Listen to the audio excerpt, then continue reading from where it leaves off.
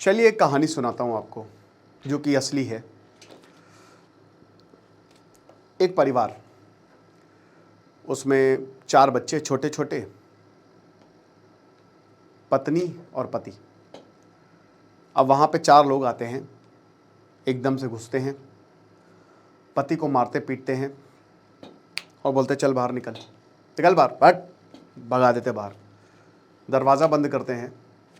2 साल की बच्ची होती है, उसके कंठपट्टी पर बंदूक लगाते हैं और बोलते हैं कि जो सामने पत्नी होती है उसकी, या माँ जो बच्ची की माँ होती है, बोलती है सुन अपने सारे कपड़े उतार। वो अपने सारे कपड़े उतार देती है, बच्ची की कनपट्टी पर बंदूक, क्या करे। बोला चल चाय बना के ला। चाय बना के लाती है। उसके बाद एक घसीट के कंटाप मारता है, बहुत तेज झापड़ उस औरत को। बोला है बिस्किट भी ला। वो बिस्किट लाती है, फिर एक घसीट के झापड़ मारता है। बोला ये बिस्किट गलत है, हमको वो वाले पसंद है, वो लेके आ। बोला वो तो नहीं है। बोला जाओ दुकान से लेकर आओ। और वो नंगी औरत दुकान, सोचिए सड़क पे जाती है, दुकान से बिस्किट लेकर आती है। ऐसी बहुत सारी कहानियां आपको मिलेगी। कहाँ पे? संदेश खाली में। एक जर्नलिस्ट ये कहानी बताए हैं, बहुत सारे जर्नलिस्ट ने कवर किया है, हिम्मत भी नहीं थी। सिंदूर है ना, मैं तुम्हारे यहाँ सिंदूर लाऊंगा, नहीं सॉरी, पान खाने आऊँगा। पान खाने आने का मतलब आप समझ रहे हैं कि बहुत सुनवाई होती नहीं थी। सिस्टमैटिक सेक्सुअल असॉल्ट होता था। औरतों से बोला जाता था शाम को 5 बजे जो है ऑफिस में आ जाना, और जाहिर सी बात है टीएमसी का रूल था, टीएमसी करती थी ये। हाँ, बहुत बच्चे बोलेंगे, बता दे रहा हूँ, बहुत लोग बोलेंगे कि जो रुपया गिर रहा है उसका अगला लेक्चर है, रिकॉर्ड लो पे है सरकार की नाकामी, उस पर भी हम बात करेंगे। बट बंगाल के हालात दयनीय थे। शुभेंदु अधिकारी ने कुछ फैसले लिए हैं। उसमें से एक बहुत बड़ा फैसला संदेश खाली को लेकर है कि ये जो जितने भी पॉलिटिकल क्राइम्स हुए हैं ममता दी के दौरान, उनकी जांच होगी। और डिमोलिशन ड्राइव शुरू हो चुकी है। हावड़ा सियालदा स्टेशंस पे बहुत लंबे समय से बहुत सारे लोग रह रहे थे, बता रहे थे कि 70% स्ट्रक्चर्स यहाँ पे इलीगल हैं, एनरोचमेंट है, तो इन सबको गिराया जाएगा, बुलडोजर एक्शन होगा। हालांकि कोर्ट ने इस पर स्टे डाल दिया है। कोर्ट ने बोला कि 22 जून तक, जब तक, क्योंकि नोटिस देना पड़ता ना, ऐसे थोड़ी ना। तो एक एनरोचमेंट, अब इसमें भाई जाहिर सी बात है कि ये जो तिजाला और ये जो राजपुर एरिया है, और तो तोपसी तिजालापुर, ये पूरा का पूरा एरिया जो है ये रेडार पे है। एक और खबर सामने आई, देखिए यूपी में योगी आदित्यनाथ एक ऑर्डर पास किया कि सड़क पर नमाज नहीं पढ़ी जाएगी। मुझे लगता है कि सड़क पर कोई भी रिलीजियस एक्टिविटी नहीं होनी चाहिए, दैट्स व्हाट आई थिंक, चाहे कुछ भी हो, ठीक है, कोई भी, मतलब कोई भी, सड़क पे कोई मतलब नहीं है। तो यहाँ पे योगी आदित्यनाथ ने बोला कि सड़क पर नमाज नहीं पढ़ी जाएगी। अब वही ऑर्डर जो है यहाँ पे शुभेंदु अधिकारी ने निकाला है।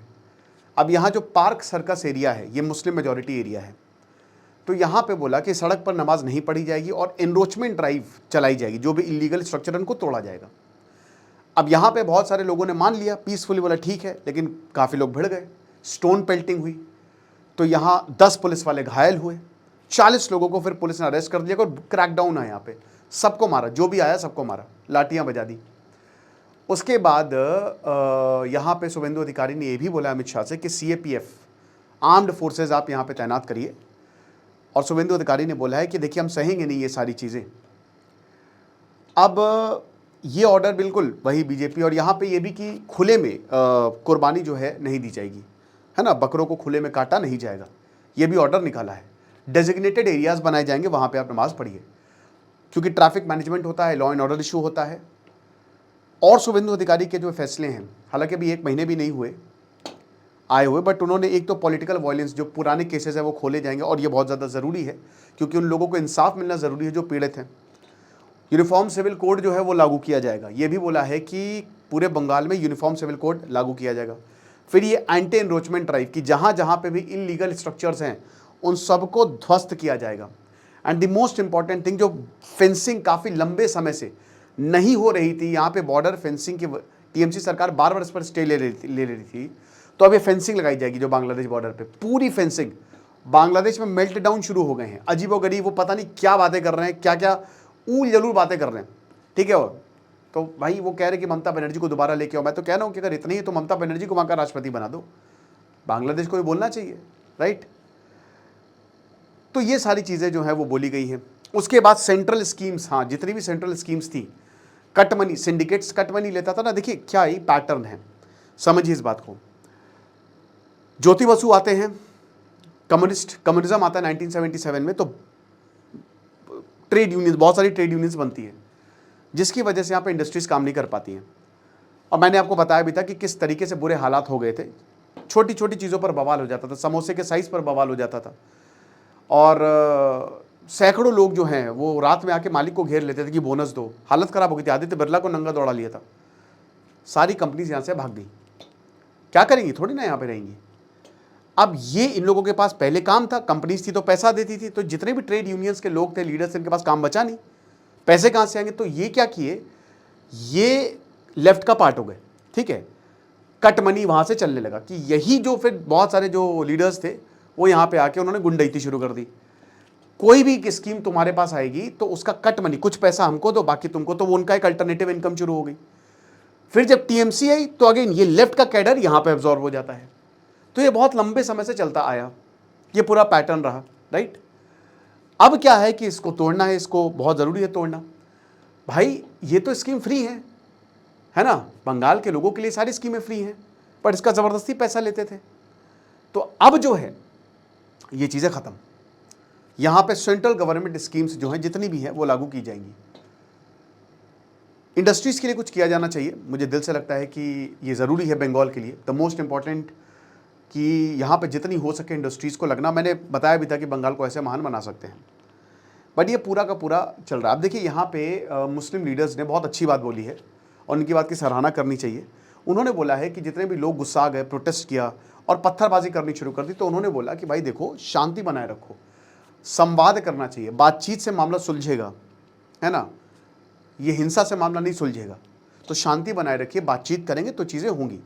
शुभेंदु अधिकारी भी किसी के अगेंस्ट नहीं है, उन्होंने बोला कि भाई देखो, बस हम डेजिग्नेटेड एरिया पे, और सही बात है भाई, सड़कों पे क्यों जाम करना ना, ये तो कॉमन सेंस की बात है कि यहाँ डेजिग्नेटेड एरियाज़ हैं, आप वहाँ पे जाइए, ठीक है। हम कोई धार्मिक देश नहीं है, हम कोई पाकिस्तान नहीं है, हमारा देश सबसे ऊपर है, संविधान सबसे ऊपर है। तो संविधान में ऐसा नहीं है ना, तो लॉ एंड ऑर्डर बचे रहना चाहिए।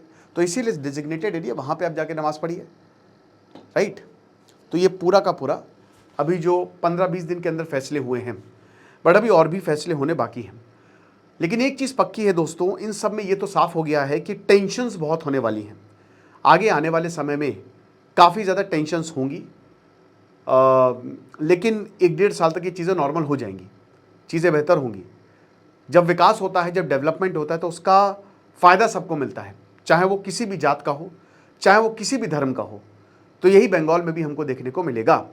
लेकिन संदेश खाली में जो हुआ, जितने भी परपेट्रेटर्स हैं, ये तो पर्सनल है भाई, वहाँ पे तो इनको तो सख्त से सख्त सज़ा मिलनी चाहिए, और होपफुली ऐसा होगा भी। तो देखेंगे बाकी अगला लेक्चर जो है, जो रुपया लगातार गिरता जा रहा है उस पर, और ये जो पार्क सर्कस एरिया है, ये जो राजा जी एक राजपुर करके एरिया है, थोड़ा बहुत अगर प्रोनाउंसिएशन मेरा गलत हो तो मुझे माफ़ कर दीजिएगा, क्योंकि मैं वहाँ रहता नहीं हूँ। फिर एक तोपसी वाला एरिया है, तो जितने भी एरिया है ना, देख रहे हैं, तो ये माइनॉरिटी बेस्ड एरिया, तो यहाँ पे ये ड्राइव चलाई जा रही है तो कि कोई भी लीगल इन्रोचमेंट हो। वैसे तो पूरे कलकत्ता और हर जगह ही चलाई जा रही है, तो जितने भी लीगल इन्रोचमेंट है इसको ख़त्म किया जाए। बाकी आप बताइए, आपको क्या लगता है। अगर आपको किसी भी तरीके का एडिक्शन है, पॉर्न का एडिक्शन है, तो उसको हम ख़त्म कर देंगे, फटाक से कोर्स को अवेल करें, को बहुत ज़्यादा फायदा होगा। Thank you so much.